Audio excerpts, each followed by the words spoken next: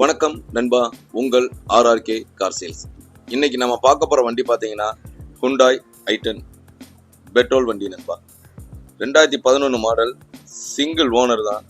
வண்டி பாடி லைனை பாருங்கள், அவ்வளோ தெளிவாக இருக்குது. ஒரு சின்ன கிராச்சஸ் கூட இல்லை.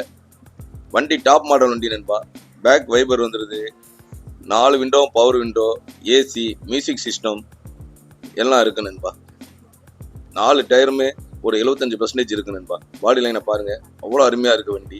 ஒரு லோ பட்ஜெட் வண்டி இந்த அளவுக்கு ஒரு வண்டி யாரும் கொடுக்க மாட்டாங்க நண்பா. அவ்வளோ தெளிவாக அருமையாக இருக்கு நண்பா.